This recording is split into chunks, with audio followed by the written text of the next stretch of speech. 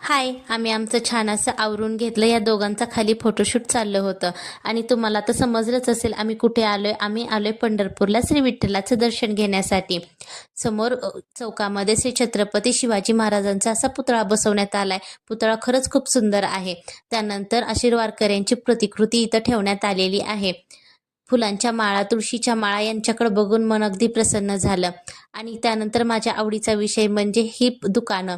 या दुकानातून आपल्या देवासाठी काय काय खरेदी करायचं याचा मोह तर कुणालाच आवरत नाही. त्यानंतर विकण्यासाठी अशा वेगवेगळ्या देवांच्या मूर्त्या ठेवण्यात आलेल्या होत्या ब्लॅक कलरमध्ये.